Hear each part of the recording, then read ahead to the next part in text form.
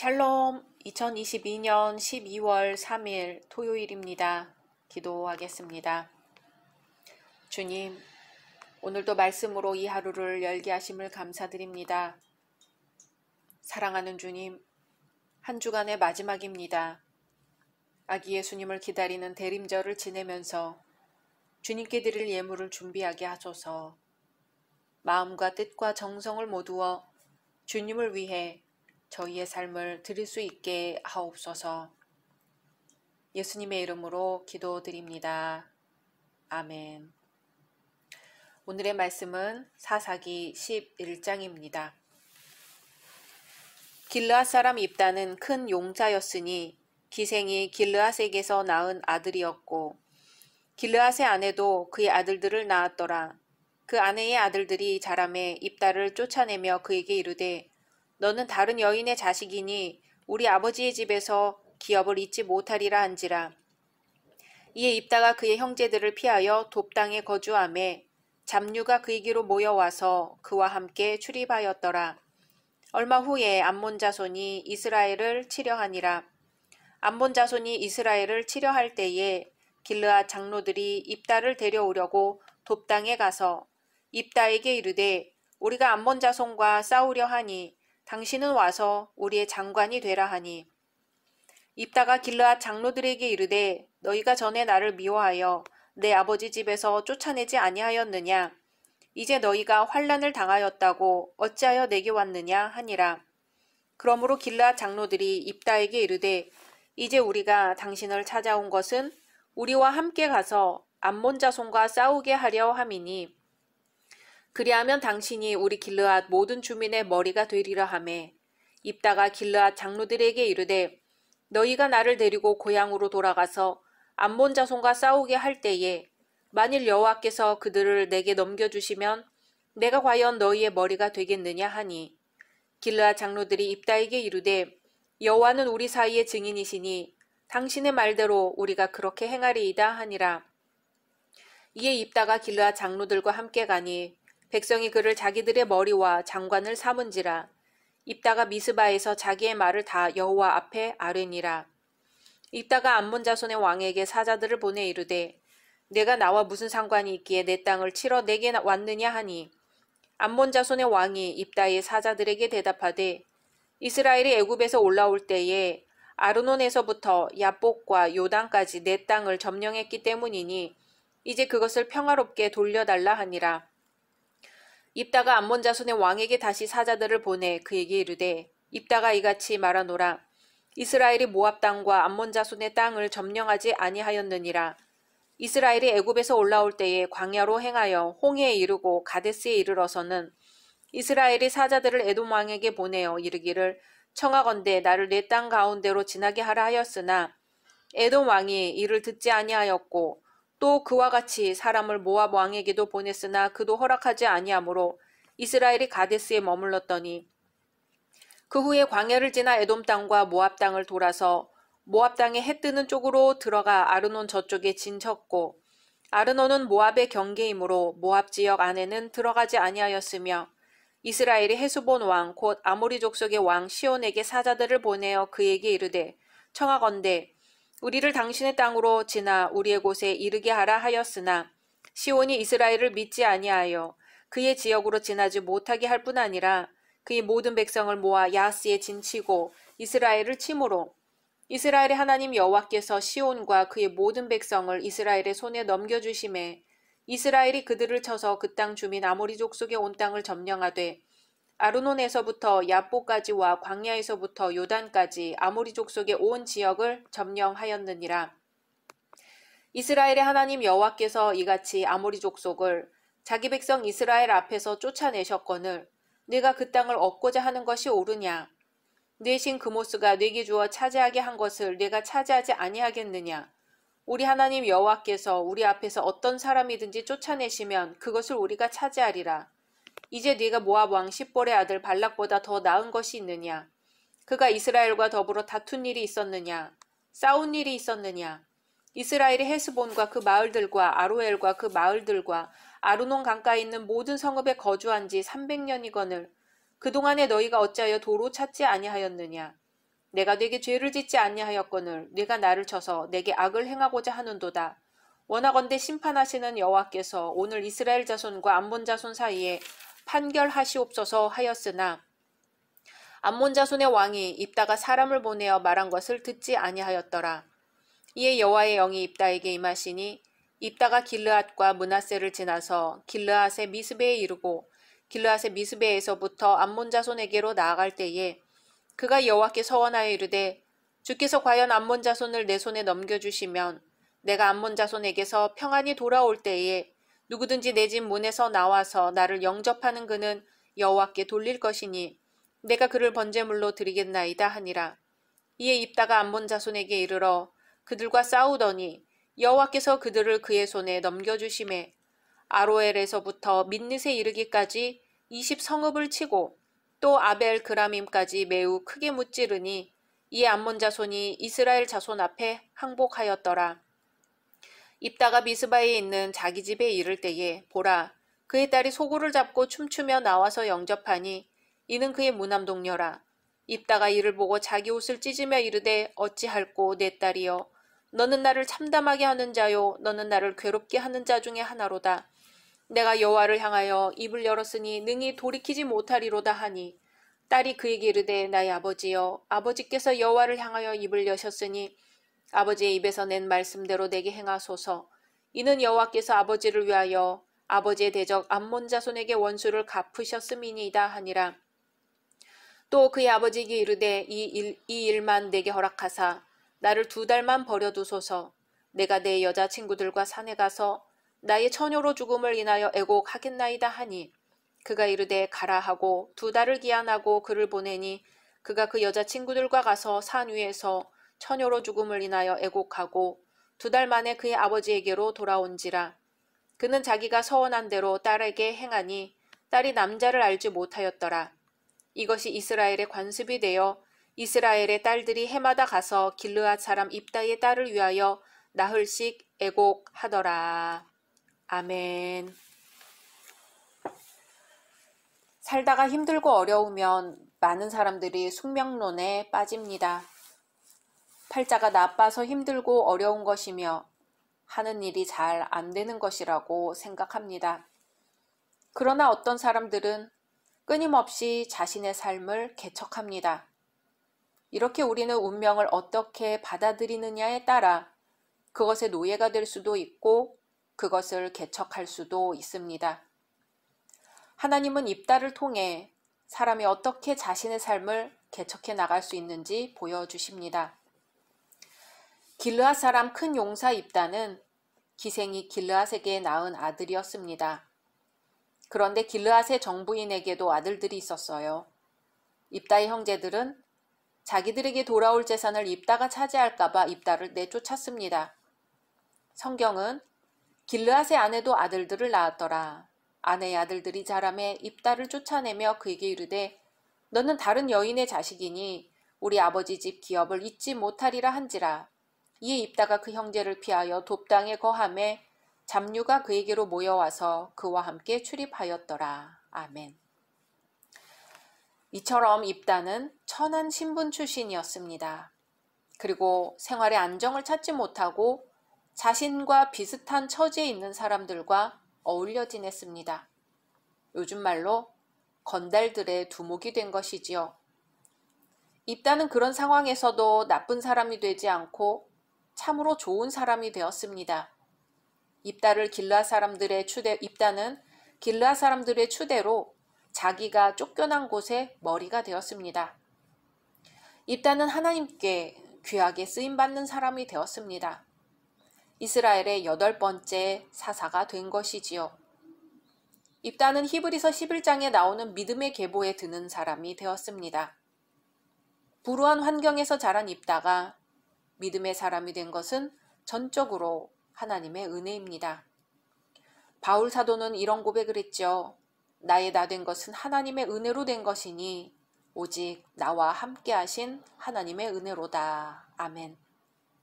또 바울은 너희가 그 은혜를 인하여 믿음으로 말미암아 구원을 얻었나니 이것이 너희에게서 난 것이 아니요 하나님의 선물이라 합니다. 입다의 입다됨은 하나님의 은혜였습니다. 하나님의 은혜는 낮은 곳으로 임합니다. 하나님의 은혜는 죄인들에게, 비천한 자들에게 임합니다. 입다와 같이 비천한 우리를 구원하시고 은혜를 베푸신 하나님께 감사하고 하나님을 찬양합니다. 아멘. 입다는 관용으로 자신의 운명을 개척했습니다. 길르앗의 아들들은 입다가 서자라고 동네 사람들과 장로들을 선동하여 입다를 내쫓았습니다. 이렇게 미움을 받고 쫓겨난 입다는 잡류들과 어울려 살았어요. 이때 암몬 사람들이 300년 전에 이스라엘 사람들에게서 빼앗긴 땅을 다시 찾겠다고 이스라엘에 쳐들어왔어요. 이 암몬 사람들이 도로 찾으려고 한 땅은 바로 입다의 아버지 길르앗이 살던 땅이었습니다. 이스라엘 사람들은 이 땅을 빼앗기지 않으려고 암몬 사람들과 싸우기로 했어요. 그런데 군사들을 통솔할 대장이 없었던 겁니다. 이들은 고민을 하다가 자신들이 내쫓은 입다에게 가서 군대를 맡아달라고 합니다. 입다는 지난날에는 자신을 내쫓아 놓고 어려움이 생기자 와서 도와달라고 하는 그들이 가증스러웠겠지요. 아마도 이런 경우를 당하면 대부분의 사람들은 용서를 하지 못합니다. 그러나 입다는 그들의 과거의 모든 허물을 다 용서하고 갔습니다. 그리고 그 군대를 통솔하여 암몬 자손들을 다 멸하였습니다. 입다는 이렇게 용서로 자기의 삶을 개척하여 히브리서 11장에까지 그 이름이 기록될 정도로 이스라엘 역사의 중요한 인물이 되었습니다. 하나님은 하나님의 계명을 어긴 자들의 죄를 용서하셨습니다. 하나님을 버린 자들의 죄를 몇 번이고 용서하셨습니다. 예수님은 우리에게 남의 잘못을 70번씩 7번이라도 용서하라고 하셨습니다. 이 말씀은 70 곱하기 7, 490번 용서하라는 게 아니고 무한히 용서하라는 말씀이죠. 우리는 용서로 우리의 삶을 개척해야 합니다. 용서할 때 자기의 허물도 용서받게 됩니다. 주님은 말씀하십니다. 서서 기도할 때에 아무에게나 혐의가 있거든 용서하라. 그리하여야 하늘에 계신 너희 아버지도 너희 허물을 사하여 주시리라. 아멘. 남을 용서하지 않은 사람은 남하고 좋은 관계를 맺을 수 없습니다. 우리가 용서로 운명을 개척할 때 우리의 나쁜 운명이 변하여 아름답고 복된 운명이 됩니다. 요셉은 자기를 팔아버린 형들이 먹을 것이 없어 찾아오자 그들을 용서해 주었습니다. 그리고 그들의 자녀들까지도 다 길렀어요. 용서의 힘은 얼마나 막강한지 요셉은 이렇게 용서로 운명을 개척하여 애굽의 국무총리로서 그 직분을 잘 감당하였습니다. 애굽뿐만 아니라 만민의 생명을 구원할 수 있었습니다. 마지막으로 입다의 서원을 보겠습니다. 입다는 싸움에 나가기 전에 하나님 앞에 서원을 합니다. 그가 여호와께 서원하여 가로되 주께서 과연 암몬 자손을 내 손에 붙이시면 내가 암몬 자손에게서 평안히 돌아올 때에 누구든지 내 집 문에서 나와서 나를 영접하는 그는 여호와께 돌릴 것이니 내가 그를 번제로 드리겠나이다 하니라. 아멘. 성경은 사람의 생명을 제물로 드리는 것을 큰 죄악으로 여겼습니다. 그리고 부모가 자녀를 제물로 내어주어서는 안 된다고 성경은 말합니다. 너는 결단코 자녀를 몰래에게 주어 불로 통각해 말아서 내 하나님의 이름을 욕되게 하지 말라. 나는 여호와니라. 그런데 입다는 왜 이러한 서원을 하였을까요? 입다가 살고 있는 시대의 풍습을 보면 이해할 수 있습니다.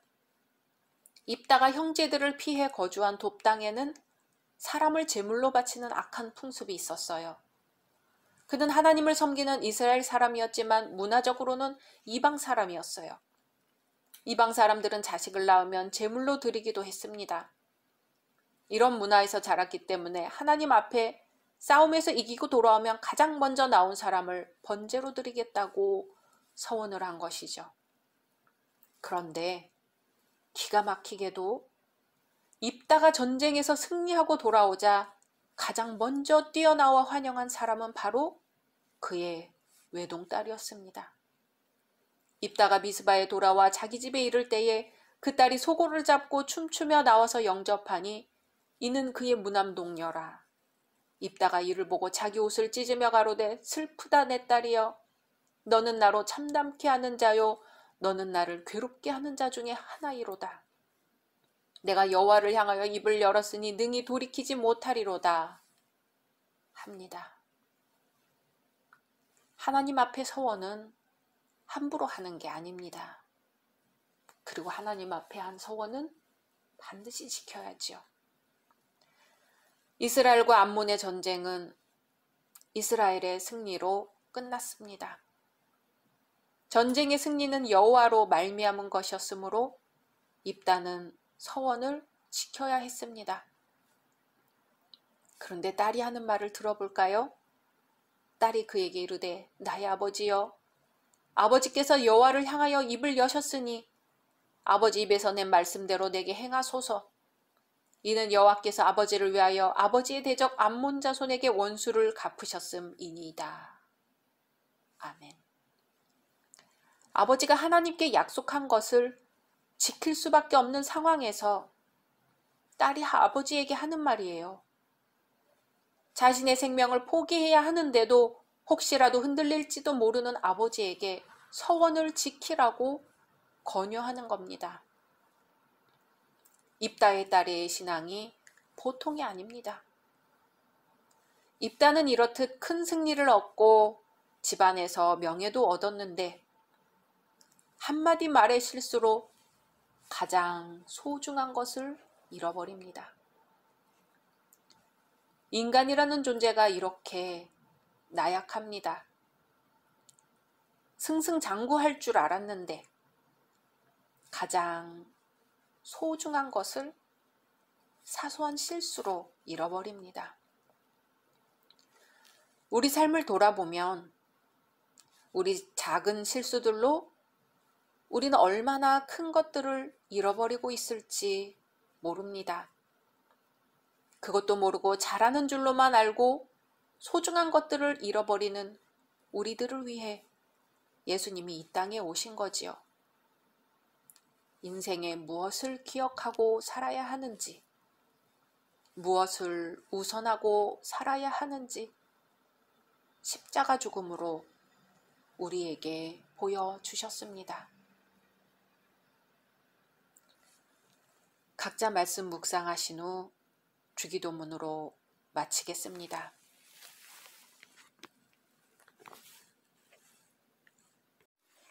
샬롬.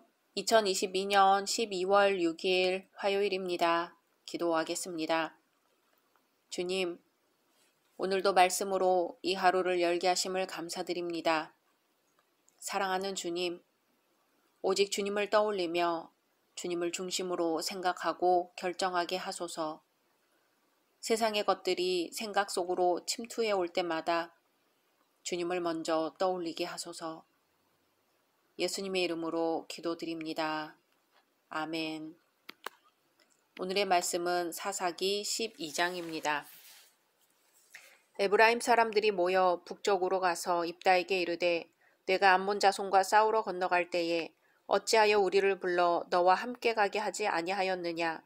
우리가 반드시 너와 네 집을 불사르리라 하니 입다가 그들에게 이르되 나와 내 백성이 암몬 자손과 크게 싸울 때에 내가 너희를 부르되 너희가 나를 그들의 손에서 구원하지 아니한 고로 나는 너희가 도와주지 아니하는 것을 보고 내 목숨을 돌보지 아니하고 건너가서 암몬 자손을 쳤더니 여호와께서 그들을 내 손에 넘겨주셨거늘 너희가 어찌하여 오늘 내게 올라와서 나와 더불어 싸우고자 하느냐 하니라. 입다가 길르앗 사람을 다 모으고 에브라임과 싸웠으며 길르앗 사람들이 에브라임을 쳐서 무찔렀으니 이는 에브라임의 말이 너희 길르앗 사람은 본래 에브라임에서 도망한 자로서 에브라임과 므낫세 중에 있다 하였음이라. 길르앗 사람이 에브라임 사람보다 앞서 요단강 나루턱을 장악하고 에브라임 사람의 도망하는 자가 말하기를 청하건대 나를 건너가게 하라 하면 길르앗 사람이 그에게 묻기를 내가 에브라임 사람이냐 하여 그가 만일 아니라 하면 그에게 이르기를 쉿볼렛이라 발음하라 하여 에브라임 사람이 그렇게 바로 말하지 못하고 십볼렛이라 발음하면 길르앗 사람이 곧 그를 잡아서 요단강 나루턱에서 죽였더라. 그때 에브라임 사람의 죽은 자가 4만 2천 명이었더라. 입다가 이스라엘의 사사가 된 지 6년이라. 길르앗 사람 입다가 죽음에 길르앗에 있는 그의 성읍에 장사되었더라. 그 뒤를 이어 베들레헴의 입산이 이스라엘의 사사가 되었더라. 그가 아들 30명과 딸 30명을 두었더니 그가 딸들을 밖으로 시집 보냈고 아들들을 위하여는 밖에서 여자 30명을 데려왔더라. 그가 이스라엘의 사사가 된 지 7년이라. 입산이 죽음에 베들레헴에 장사되었더라. 그 뒤를 이어 스불론 사람 엘론이 이스라엘의 사사가 되어 10년 동안 이스라엘을 다스렸더라. 스불론 사람 엘론이 죽음에 스불론 땅 아얄론에 장사되었더라.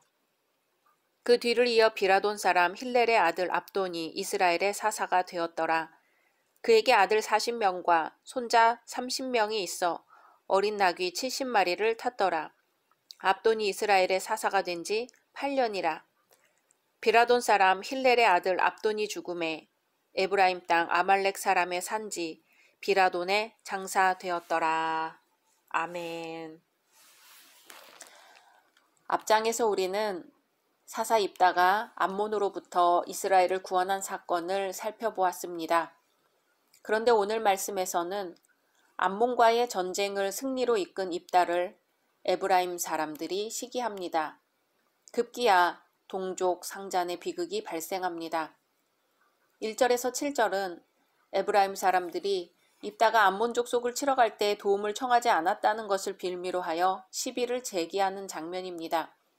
그리하여 이스라엘의 내분이 일어나고 급기야 피비린내 나는 동족 간의 전쟁을 치르게 됩니다. 우리는 여기서 다음의 교훈을 얻을 수 있습니다. 첫째, 자기 욕심에 근거한 시기심이 많은 사람들을 죽음에 몰아넣게 된다는 것입니다. 사실 에브라임 사람들은 함께 전쟁에 참여하여 힘써야 할 때에는 뒷전에서 방관만 하다가 입다와 길르앗 사람들이 이루어 놓은 영광스러운 결과에 대해서는 시기하였습니다. 그리하여 싸움을 걸어왔는데 오히려 4만 2천 명이라는 막대한 인명 피해만을 보고 말았습니다. 이와 관련해서 욥기서는 시기가 어리석은 자를 멸하느니라고 했습니다. 둘째, 남을 욕하고 멸시하면 자신도 또한 멸시당하고 욕을 보게 된다는 것입니다. 오늘 말씀에서 에브라임 사람들은 길르앗 사람들을 에브라임에서 도망한 자라고 비난하지만 도리어 자신들이 도망자의 신세로 전락하고 맙니다. 그리고 에브라임 지파에 속하였음을 자랑으로 삼던 자들이 이제는 에브라임 지파임을 부끄럽게 여기고 스스로 에브라임 사람이 아니라고 부인하게 되었습니다. 잠언에서는 너는 급히 나가서 다투지 말라. 마침내 네가 이웃에게 욕을 보게 될 때에 네가 어찌할 줄을 알지 못할까 두려우니라고 했습니다.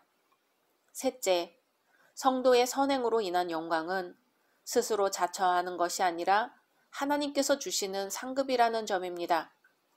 입다는 암몬 족속과의 싸움에서 자신의 생명을 돌아보지 아니하고 싸워 승리하였으나 결코 승리의 영광에 취하지 않고 모든 영광을 하나님께 돌렸습니다. 그러나 그 결과 그는 비천한 출신이었음에도 불구하고 도리어 사람들로부터 인정받고 길르앗의 우두머리로서의 영광을 당당히 누릴 수 있었습니다. 하나님께서는 죽기까지 순종하셨던 예수 그리스도를 지극히 높여 모든 이름 위에 뛰어난 이름을 주셨습니다. 8절에서 15절은 입다 사후 이스라엘의 안정과 평화를 얻었다는 이야기입니다. 당시 이스라엘의 사사로서 활동하던 입산, 엘론, 압돈에 대해 간략히 서술합니다. 사사시대의 전쟁이 없다는 것은 하나님의 복의 상징입니다. 왜냐하면 주로 전쟁은 하나님을 배반한 이스라엘에 대한 하나님의 심판으로 간주되었기 때문입니다. 이러한 때 사사 입사는 아들 30과 딸 30을 혼인시켰습니다. 혼인정책은 평화로운 시대이기에 가능한 것이었습니다. 또 손자 30이 있었음을 보아 하나님이 큰 복을 주신 것을 알 수 있습니다. 하지만 이러한 평화의 시대에 반드시 찾아오는 한 가지 위험이 있습니다. 이것은 곧 영적 긴장이 해이해져서 향락과 방탕 생활에 빠져들 우려가 많다는 점입니다. 우리는 이러한 역사의 교훈을 깊이 되새겨야 할 것입니다. 사사인 입다가 암몬 자손과 싸워서 이겼다는 소식을 들은 에브라임 사람들은 입다에게 몰려가서 왜 싸움에 자신들을 참여시키지 않았느냐고 시비를 걸었죠. 기드온 때에도 이런 일이 있었는데 기드온과 달리 입다는 시비를 거는 에브라임 사람들에게 무력으로 대응하여 42,000명에 이르는 에브라임 사람들을 죽였습니다. 별것이 아닌 일일 수 있는 시비가 이렇게까지 비화한 것은 왜일까요? 그것은 바로 에브라임 사람들이 본래는 에브라임과 므낫세 사람들의 땅에서 이리저리 쫓겨다니며 살던 사람들이라는 뜻으로 배다른 형들을 피해 도망다니던 입다의 신분을 꼬집어 모욕한 것입니다. 사람의 아픈 상처를 건드려 모욕하는 말은 듣는 사람의 이성을 마비시키고 악한 심성을 폭발시킵니다. 그러한 모욕이 42,000명이나 되는 생명을 해친 것입니다. 누구나 알고 있는 욕설이 아니더라도 듣는 이의 약점을 건드리는 말은 상대에게 치유하기 어려운 상처를 줄 수 있습니다. 예수님도 말씀하셨습니다. 사람의 입으로 들어가는 것이 더러운 것이 아니라 사람의 입에서 나오는 것이 더러운 것이라고요. 교회처럼 말이 많은 곳이 없습니다. 그만큼 말 때문에 상처를 받는 이들이 많습니다. 웃고 떠드는 중에 가볍게 지나친 이야기 중에도 상처를 받는 이가 있고 의도적으로 점잖은 말 가운데 상대를 모욕하거나 무시하는 말을 섞어 치명적인 상처를 주는 이도 있습니다. 어떤 경우든 말은 하는 이보다 듣는 이에게 훨씬 큰 기억으로 남는 법임을 잊지 말아야 합니다. 내가 기억하지도 못하는 말 한마디로 인해 상대가 평생 가슴앓이를 한다면 얼마나 큰일인가요? 말 한마디가 42,000명의 목숨을 빼앗아가는 대학살로 이어졌음을 기억한다면 참으로 쉽게 하지 못할 것이 바로 말입니다. 한편 입다에게 기드온과 같은 지혜가 있어서 에브라임 사람들의 자만을 깨닫게 해주었더라면 어땠을까 하는 아쉬움도 있습니다. 한마디 말에 귀가 닫혀 동족을 42,000명이나 죽인 것 역시 이스라엘에게는 아픔이었을 것입니다. 오늘 우리의 삶 가운데 성령께서 우리에게 예수의 마음, 예수의 말, 예수의 행동으로 이끌어 주시길 간구합니다. 각자 말씀 묵상하신 후 주기도문으로 마치겠습니다.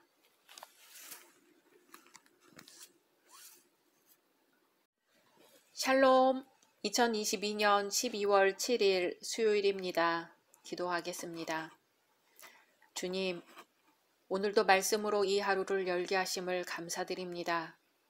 사랑하는 주님, 저희의 입술에 주님을 닮은 사랑의 말을 담아주소서. 저희의 손길을 주님을 닮은 섬김으로 채워주소서. 예수님의 이름으로 기도드립니다. 아멘. 오늘의 말씀은 사사기 13장입니다. 이스라엘 자손이 다시 여호와의 목전에 악을 행하였으므로 여호와께서 그들을 40년 동안 블레셋 사람의 손에 넘겨주시니라. 소라 땅의 단지파의 가족 중에 마노아라 이름하는 자가 있더라. 그의 아내가 임신하지 못하므로 출산하지 못하더니 여호와의 사자가 그 여인에게 나타나서 그에게 이르시되 보라, 내가 본래 임신하지 못하므로 출산하지 못하였으나 이제 임신하여 아들을 낳으리니 그러므로 너는 삼가 포도주와 독주를 마시지 말며 어떤 부정한 것도 먹지 말지니라. 보라, 내가 임신하여 아들을 낳으리니 그의 머리 위에 삭도를 대지 말라. 이 아이는 태에서 나옴으로부터 하나님께 바쳐진 나실인이 됨이라.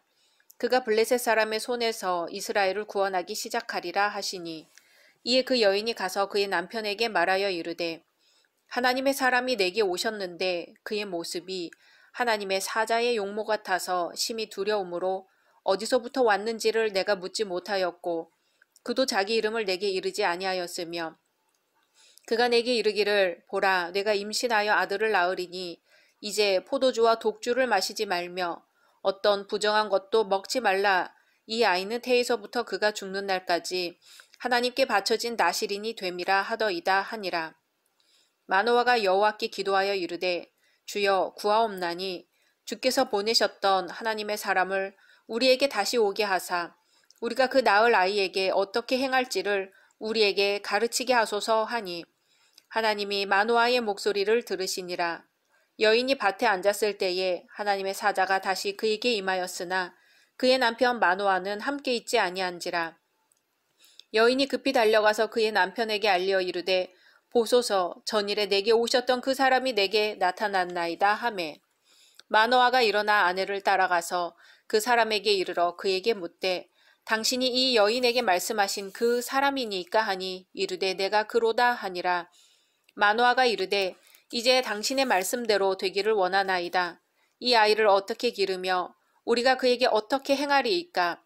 여호와의 사자가 마노아에게 이르되 내가 여인에게 말한 것들을 그가 다 삼가서 포도나무의 소산을 먹지 말며 포도주와 독주를 마시지 말며 어떤 부정한 것도 먹지 말고 내가 그에게 명령한 것은 다 지킬 것이니라 하니라. 마노아가 여호와의 사자에게 말하되 구하옵나니 당신은 우리에게 머물러서 우리가 당신을 위하여 염소 새끼 하나를 준비하게 하소서 하니 여호와의 사자가 마노아에게 이르되 내가 비록 나를 머물게 하나 내가 네 음식을 먹지 아니하리라. 번제를 준비하려거든 마땅히 여호와께 드릴지니라 하니 이는 그가 여호와의 사자인 줄을 마노아가 알지 못함이었더라. 마노아가 또 여호와의 사자에게 말하되 당신의 이름이 무엇이니까 당신의 말씀이 이루어질 때에 우리가 당신을 존귀히 여기리이다 하니 여호와의 사자가 그에게 이르되 어찌하여 내 이름을 묻느냐 내 이름은 기묘자라 하니라. 이에 마노아가 염소 새끼와 소재물을 가져다가 바위 위에서 여호와께 드리매 이적이 일어난지라. 마노아와 그의 아내가 본즉 불꽃이 제단에서부터 하늘로 올라가는 동시에 여호와의 사자가 제단 불꽃에 휩싸여 올라간지라. 마노아와 그의 아내가 그것을 보고 그들의 얼굴을 땅에 대고 엎드리니라.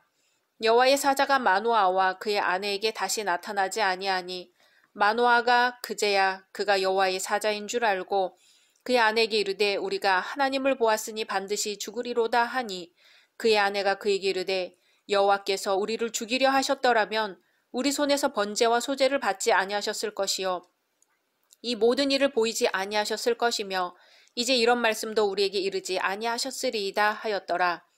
그 여인이 아들을 낳음에 그의 이름을 삼손이라 하니라. 그 아이가 자라매 여호와께서 그에게 복을 주시더니 소라와 에스다올 사이 마하네단에서 여호와의 영이 그를 움직이기 시작하였더라. 아멘. 초대사사 온니엘에서부터 소사사 압돈에 이르는 동안 이스라엘의 사사시대도 어느덧 중반을 넘어 말기로 접어듭니다. 이제 남은 사사는 삼손, 엘리, 사무엘 뿐인데 오늘 사사기 13장에서부터 16장까지는 사사 삼손에 관한 기사를 기록하고 있습니다.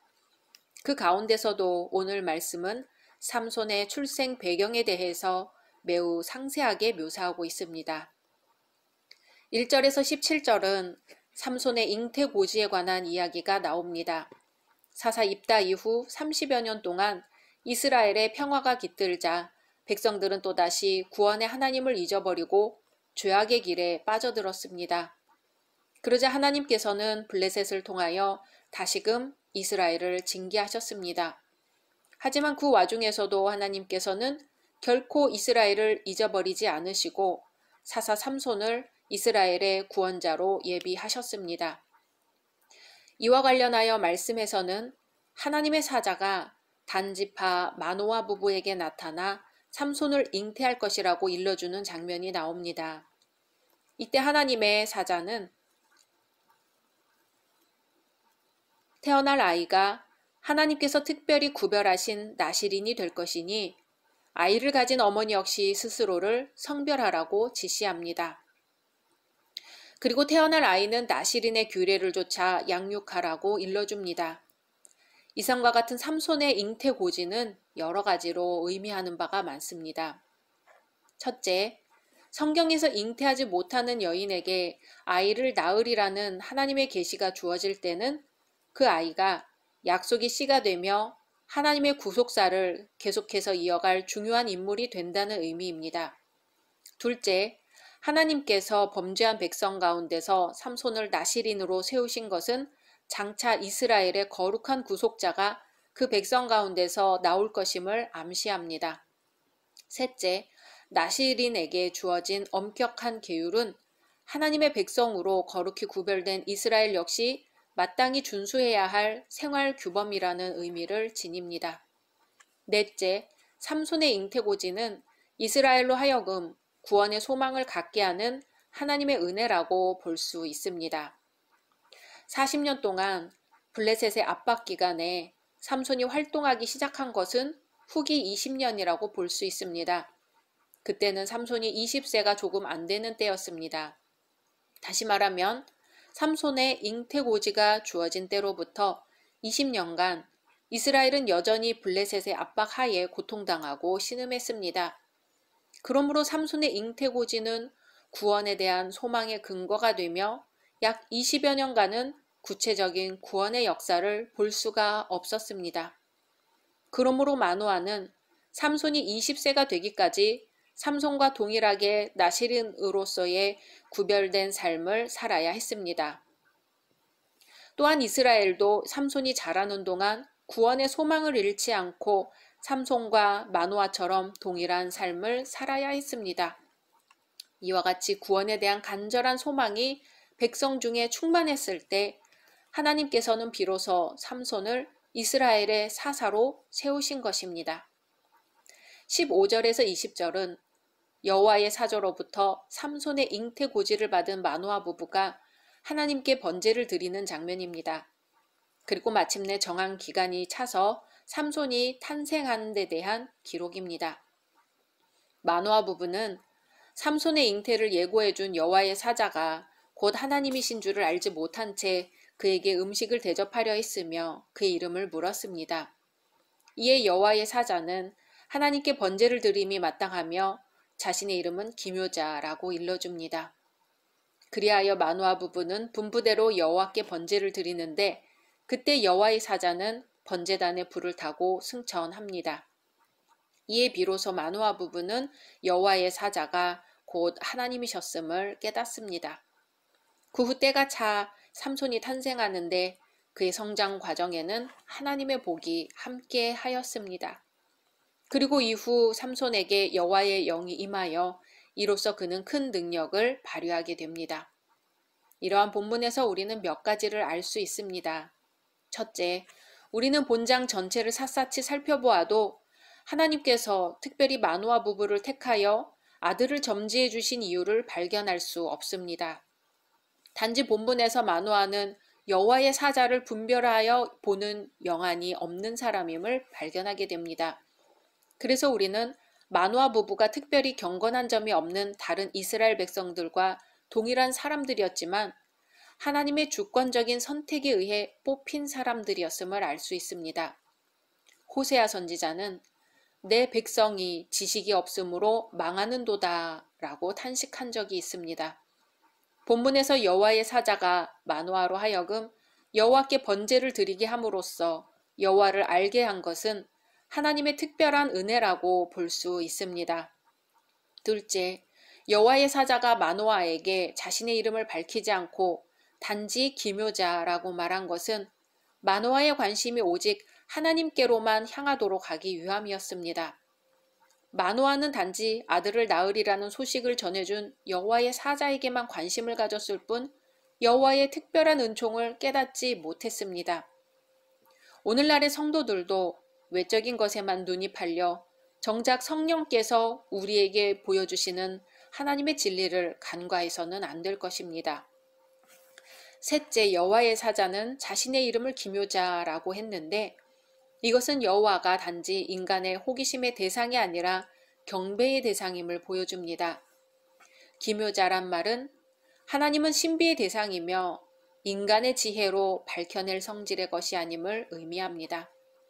하지만 미처 이 사실을 깨닫지 못했던 마노아는 여호와의 사자가 제단 불꽃 가운데로 승천하는 것을 보고 비로소 그가 여호와의 사자인 줄 알게 되었고 얼굴을 땅에 대고 엎드려 여호와를 경외하였습니다. 한편 우리는 마노아의 아내를 생각해 볼 수 있습니다.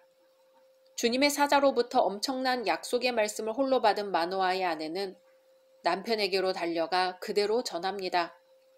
이에 그 여인이 가서 그 남편에게 고하여 가로되 하나님의 사람이 내게 임하였는데 그 용모가 하나님의 사자의 용모 같아서 심히 두려움으로 어디서부터 온 것을 내가 묻지 못하였고 그도 자기 이름을 내게 이르지 아니하였으며 그가 내게 이르기를 보라 내가 잉태하여 아들을 낳으리니 포도주와 독주를 마시지 말며 무릇 부정한 것을 먹지 말라. 이 아이는 태에서 나옴으로부터 죽을 날까지 하나님께 바치운 나실인이 됨이라 하더이다. 아멘. 이때 마노아의 아내가 한 증거 가운데 하나님의 사람이 내게 임하였는데 그 용모가 하나님의 사자의 용모 같아서 라고 한 부분이 인상적입니다. 이것은 마노아의 아내가 영적 분별력을 가진 여인임을 나타냅니다.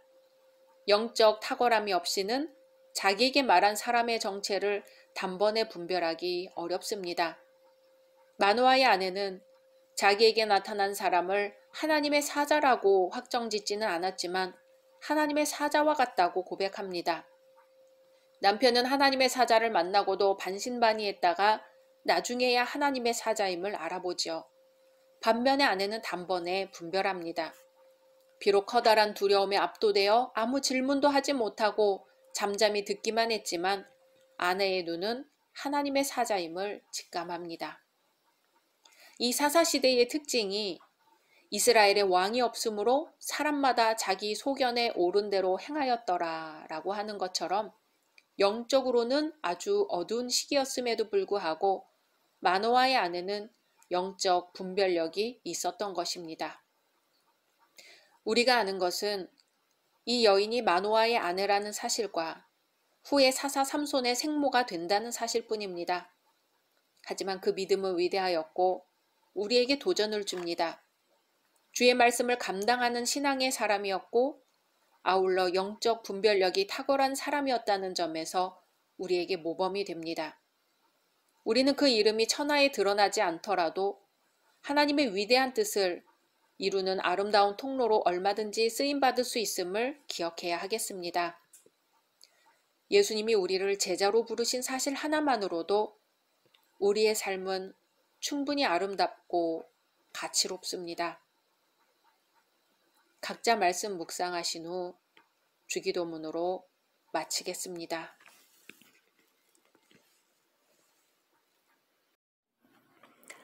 샬롬, 2022년 12월 8일 목요일입니다. 기도하겠습니다.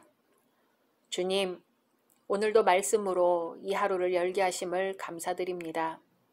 사랑하는 주님, 저희를 성령 충만케 하시사 주님이 오셨을 때 알아보게 하소서.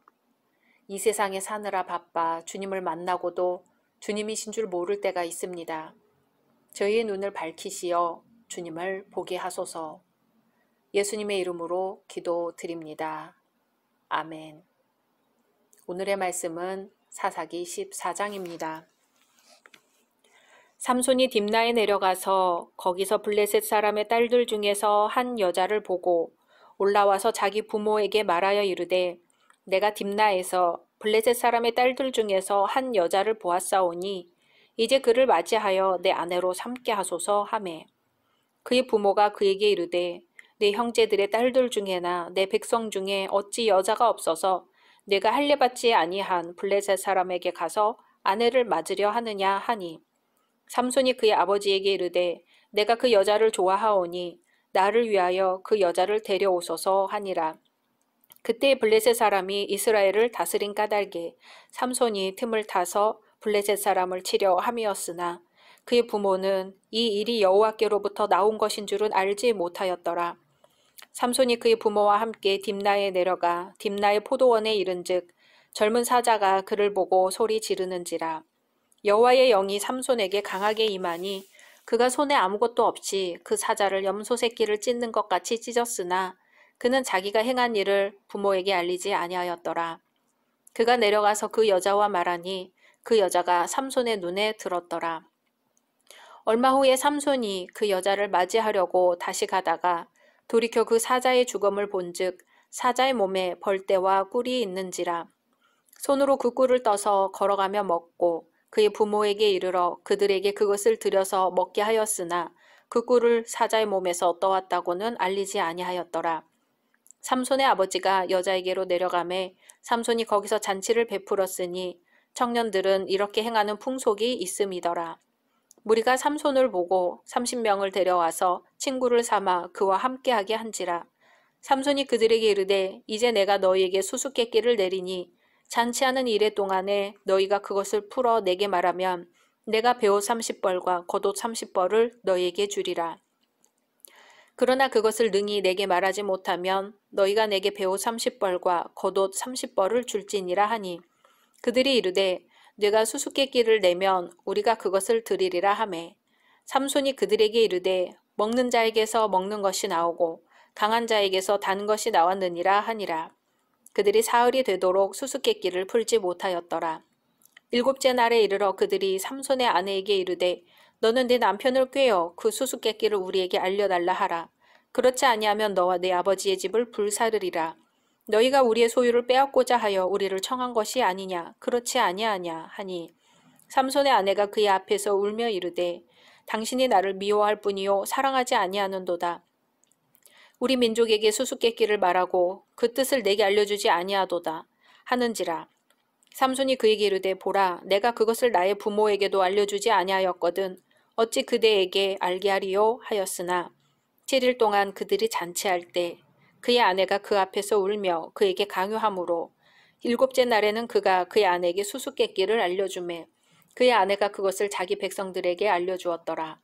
일곱째 날 해지기 전에 성읍 사람들이 삼손에게 이르되 무엇이 꿀보다 달겠으며 무엇이 사자보다 강하겠느냐 한지라. 삼손이 그들에게 이르되 너희가 내 암송아지로 밭갈지 아니하였더라면 내 수수께끼를 능히 풀지 못하였으리라 하니라. 여호와의 영이 삼손에게 갑자기 임하심에 삼손이 아스글론에 내려가서 그곳 사람 30명을 쳐 죽이고 노략하여 수수께끼 푼 자들에게 옷을 주고 심히 노하여 그의 아버지의 집으로 올라갔고 삼손의 아내는 삼손의 친구였던 그의 친구에게 준 바 되었더라. 아멘. 앞장에서 우리는 나실인으로 태어난 삼손이 하나님의 복을 받으며 어린 시절을 보낸 것을 살펴보았습니다. 그런데 오늘 말씀에서는 청년으로 자란 삼손이 당시 많은 이스라엘 백성들처럼 이방 여인과 통혼하려고 하는 것을 보게 됩니다. 딥낫 땅의 블레셋 여인과 결혼하는 것이지요.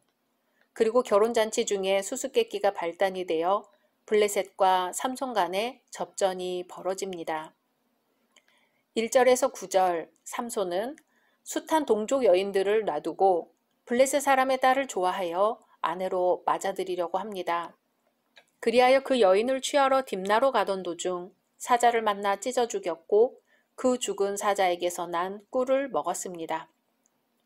훗날 삼손은 여기에서 수수께끼를 생각하게 되고 이 수수께끼가 발단이 되어 아스글론의 블레셋 거민 30명이 삼손에게 죽임을 당하게 됩니다. 우리는 삼손의 이런 모습에서 세 가지를 생각해 볼 수 있습니다. 첫째, 이스라엘 백성의 죄는 하나님을 사랑하지 않고 세상을 사랑한 것에 있다는 것입니다. 삼손은 블레셋 여인의 신앙 상태에 대해서는 아랑곳하지 않고 오직 안목의 정욕을 따라 그 여인과 결혼하려고 했습니다. 둘째, 목적이 수단을 정당화할 수 없다는 것입니다. 삼손은 나실인이며 사사였기 때문에 이스라엘에 대한 애국심이나 블레셋에 대한 증오심이 누구보다 강했습니다. 그래서 먼저 블레셋 여인과 결혼함으로써 블레셋의 의혹을 피한 뒤에 그들을 격퇴할 틈을 찾고자 했습니다. 그러나 그에게 비록 블레셋을 격퇴하려는 선한 의도가 있었다 할지라도 이방 여인과 혼인함으로써 자신을 그렇게 선택한 것은 어리석은 행동이었습니다. 왜냐하면 율법이 이방 여인과 결혼하는 것을 엄히 금하고 있을 뿐만 아니라 그러한 방법은 하나님에게서 나온 것이 아니기 때문입니다. 셋째, 삼손이 여호와의 영에 감동되었을 때 그는 사자의 시체에서 꿀을 먹는 것 같은 하나님의 은총을 맛볼 수 있었다는 것입니다. 삼손은 그 부모와 함께 딥나로 내려가던 도중에 사자를 만났는데 그 전에 여호와의 영에 크게 감동되어 맨손으로 사자를 찢어 죽였습니다. 그 후 삼손은 다시 딥나로 가던 중 이전에 죽인 사자를 살펴보다가 그 사자의 몸에서 난 꿀을 취하여 먹게 되는 행운을 누렸습니다. 이것은 누구든 하나님의 인도하심에 순응할 때 이처럼 큰 기쁨을 맛볼 수 있다는 것을 알려줍니다. 10절에서 20절은 마침내 삼손이 딥나 여인을 아내로 맞이하고서 혼인잔치를 베푸는 장면입니다. 그런데 삼손은 이 자리에서 블레셋인들에게 수수께끼를 냅니다.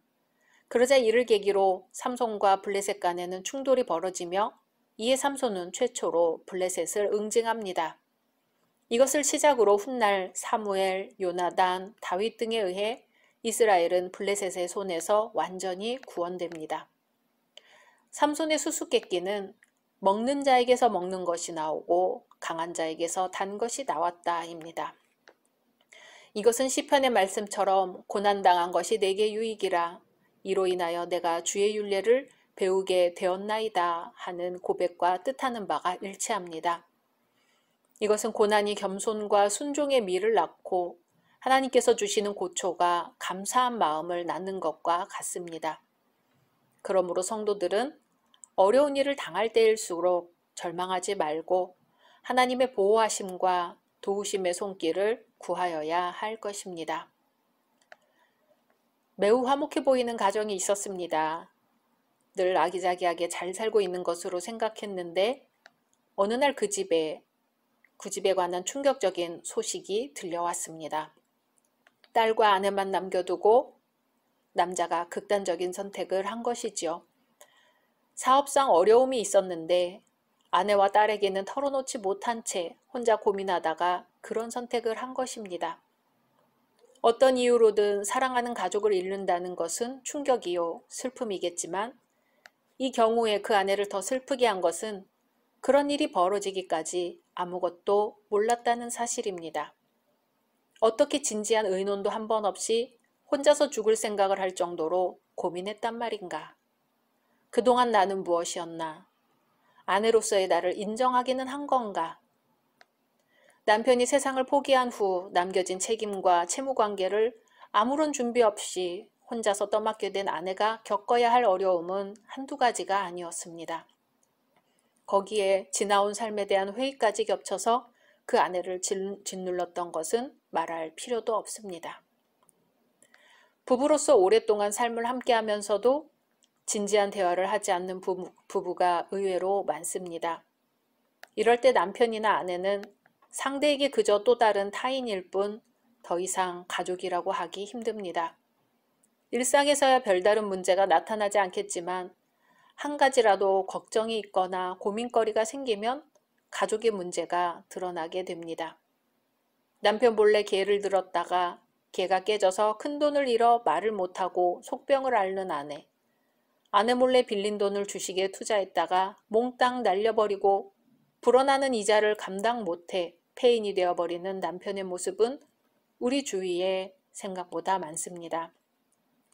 학교에 다니는 딸이 원하지 않는 임신을 해서 몰래 출산을 하기까지 모르고 있는 부모도 있습니다.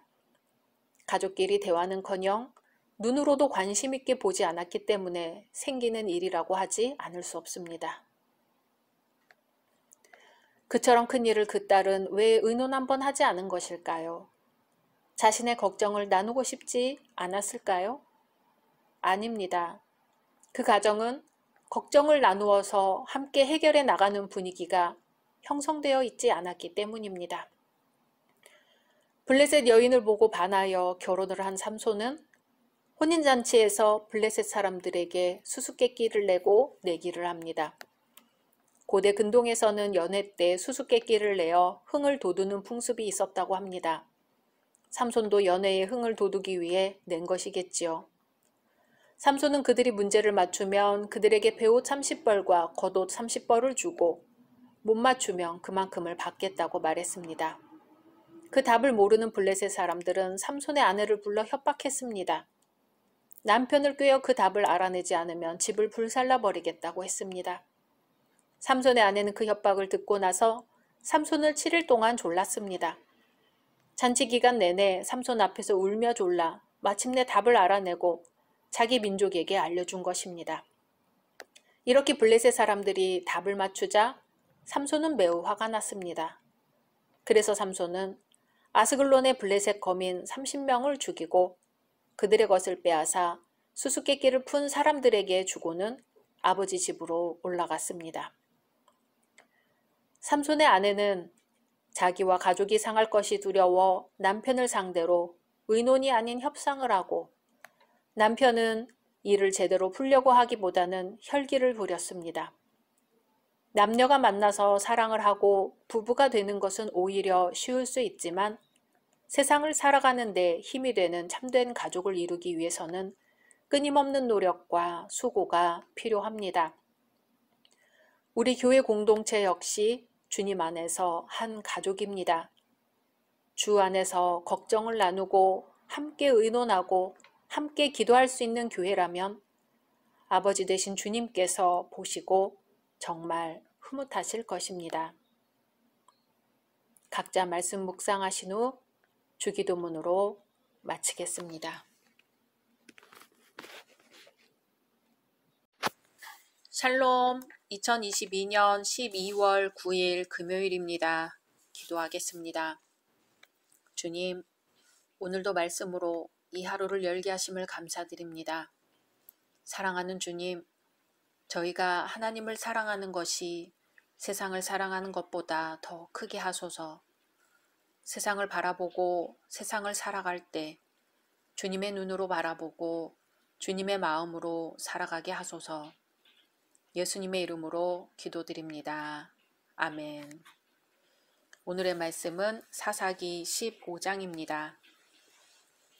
얼마 후 밀 거둘 때에 삼손이 염소 새끼를 가지고 그의 아내에게로 찾아가서 이르되 내가 방에 들어가 내 아내를 보고자 하노라 하니 장인이 들어오지 못하게 하고 이르되 내가 그를 심히 미워하는 줄 알고 그를 내 친구에게 주었노라. 그의 동생이 그보다 더 아름답지 아니하냐. 청하노니 너는 그를 대신하여 동생을 아내로 맞이하라 하니 삼손이 그들에게 이르되 이번은 내가 블레셋 사람들을 해할지라도 그들에게 대하여 내게 허물이 없을 것이니라 하고 삼손이 가서 여우 300마리를 붙들어서 그 꼬리와 꼬리를 메고 회를 가지고 그 두 꼬리 사이에 한 회를 달고 회에 불을 붙이고 그것을 블레셋 사람들의 곡식밭으로 몰아들여서 곡식단과 아직 배지 아니한 곡식과 포도원과 감람나무들을 사른지라. 블레셋 사람들이 이르되 누가 이 일을 행하였느냐 하니 사람들이 대답하되 딥나 사람의 사위 삼손이니 장인이 삼손의 아내를 빼앗아 그의 친구에게 준 까닭이라 하였더라. 블레셋 사람들이 올라가서 그 여인과 그의 아버지를 불사르느니라. 삼손이 그들에게 이르되 너희가 이같이 행하였은즉 내가 너희에게 원수를 갚고야 말리라 하고 블레셋 사람들의 정강이와 넓적다리를 크게 쳐서 죽이고 내려가서 에담 바위 틈에 머물렀더라. 이에 블레셋 사람들이 올라와 유다의 진을 치고 레히에 가득한지라. 유다 사람들이 이르되 너희가 어찌하여 올라와서 우리를 치느냐. 그들이 대답하되 우리가 올라온 것은 삼손을 결박하여 그가 우리에게 행한 대로 그에게 행하려 함이로라 하는지라. 유다 사람 3,000명이 에담 바위 틈에 내려가서 삼손에게 이르되 너는 블레셋 사람이 우리를 다스리는 줄을 알지 못하느냐. 네가 어찌하여 우리에게 이같이 행하였느냐 하니 삼손이 그들에게 이르되 그들이 내게 행한 대로 나도 그들에게 행하였노라 하니라. 그들이 삼손에게 이르되 우리가 너를 결박하여 블레셋 사람의 손에 넘겨주려고 내려왔노라 하니 삼손이 그들에게 이르되 너희가 나를 치지 아니하겠다고 내게 맹세하라 하매 그들이 삼손에게 말하여 이르되 아니라 우리가 다만 너를 단단히 결박하여 그들의 손에 넘겨줄 뿐이요 우리가 결단코 너를 죽이지 아니하리라 하고 새 밧줄 둘로 결박하고 바위 틈에서 그를 끌어내니라. 삼손이 레이의 이름에 블레셋 사람들이 그에게로 마주 나가며 소리 지를 때 여호와의 영이 삼손에게 갑자기 임하심에 그의 팔 위에 밧줄이 불탄 삼과 같이 그의 결박되었던 손에서 떨어진지라. 삼손이 나귀의 새 턱뼈를 보고 손을 내밀어 집어들고 그것으로 1000명을 죽이고 이르되 나귀의 턱뼈로 한 더미, 두 더미를 쌓았으며 나귀의 턱뼈로 내가 1000명을 죽였도다 하니라.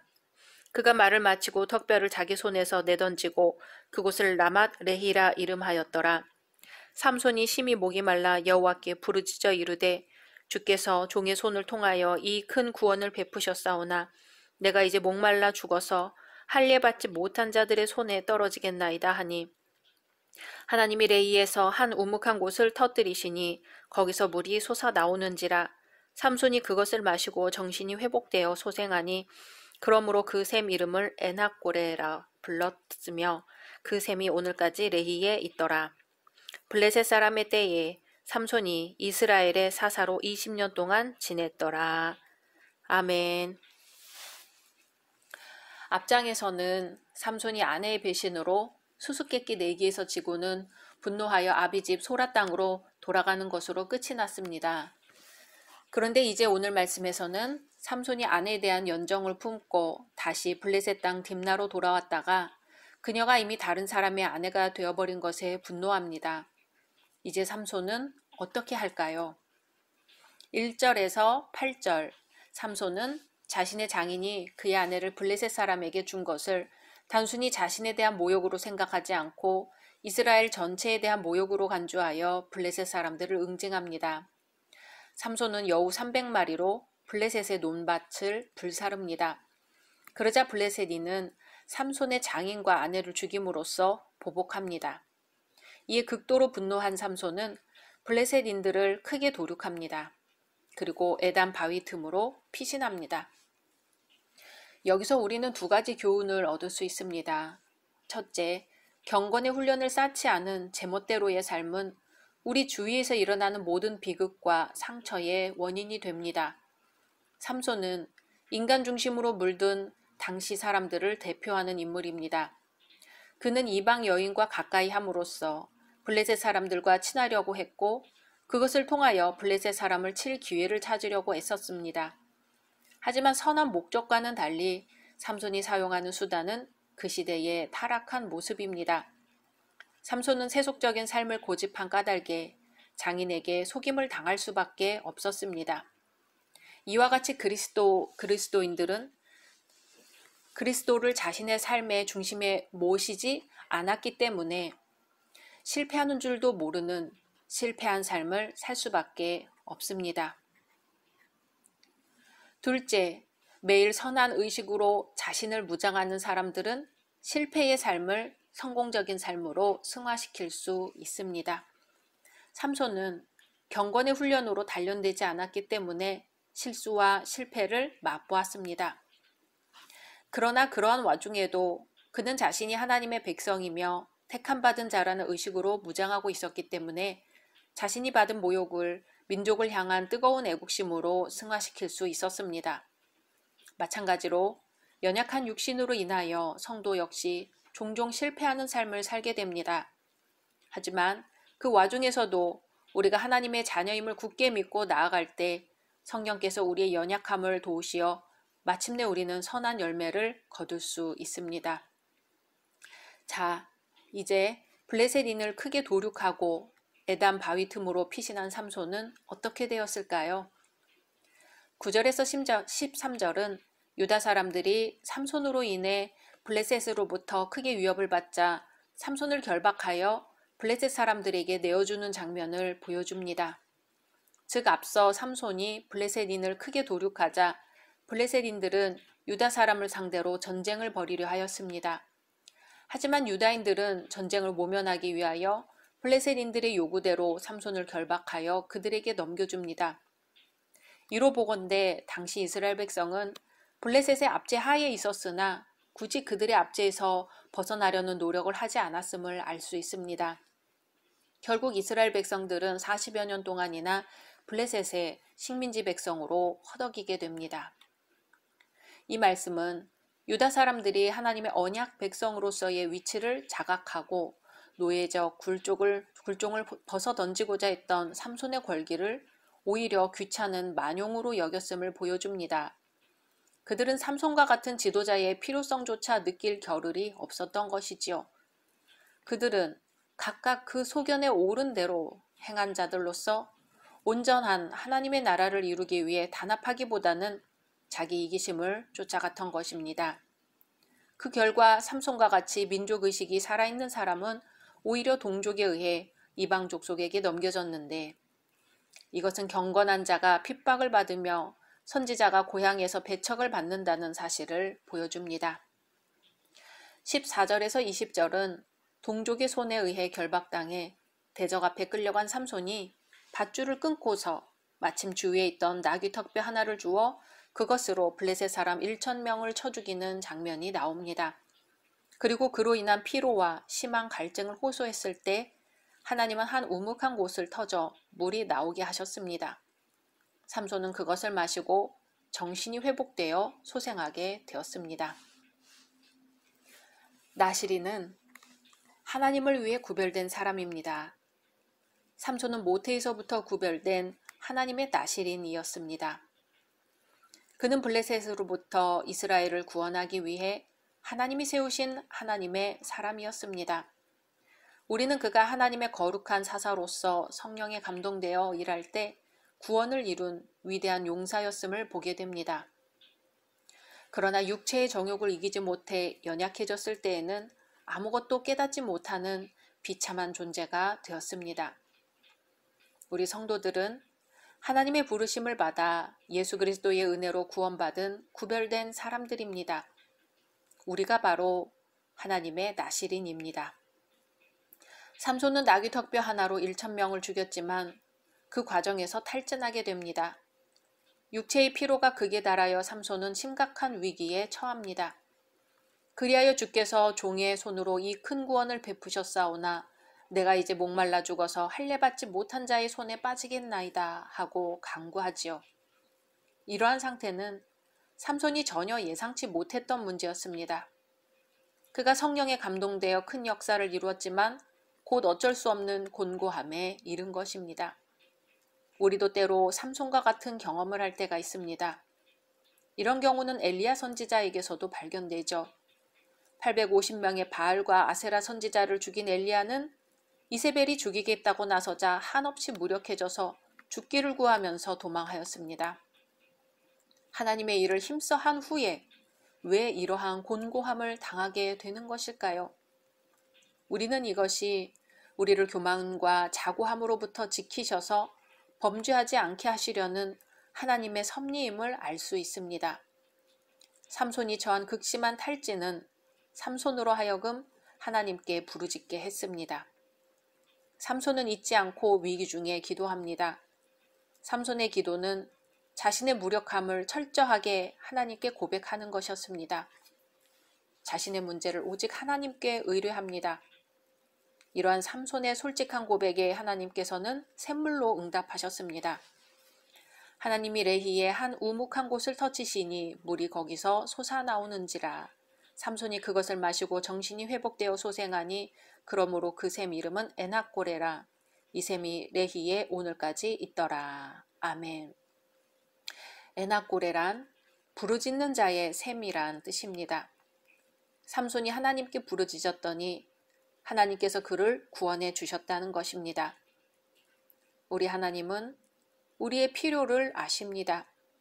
우리의 호소가 있기 전에도 우리에게 있어야 할 바를 아시는 분입니다. 그러나 하나님은 간절히 부르짖으며 기다리는 간구에 응답하기를 기뻐하십니다. 그렇게 우리의 피난처가 되시며 구원자이심을 알게 하십니다. 열린 성도 여러분, 하나님은 우리의 구원자이십니다. 하나님은 이스라엘을 구원하시고 위기에 처한 삼손을 구원하셨습니다. 우리가 위기 가운데 처했을 때는 하나님께 구해야 합니다. 민족이 위기 가운데 처했을 때, 가족이 위기 가운데 처했을 때, 교회가 위기 가운데 처했을 때 하나님께 부르짖어야 합니다. 하나님은 반드시 우리를 구원하시고 하나님이 살아계심을 체험하게 하실 것입니다. 오늘도 우리와 함께 하시며 지키시는 임마누엘 하나님과 동행하시고 승리하시기를 소망합니다. 각자 말씀 묵상하신 후 주기도문으로 마치겠습니다.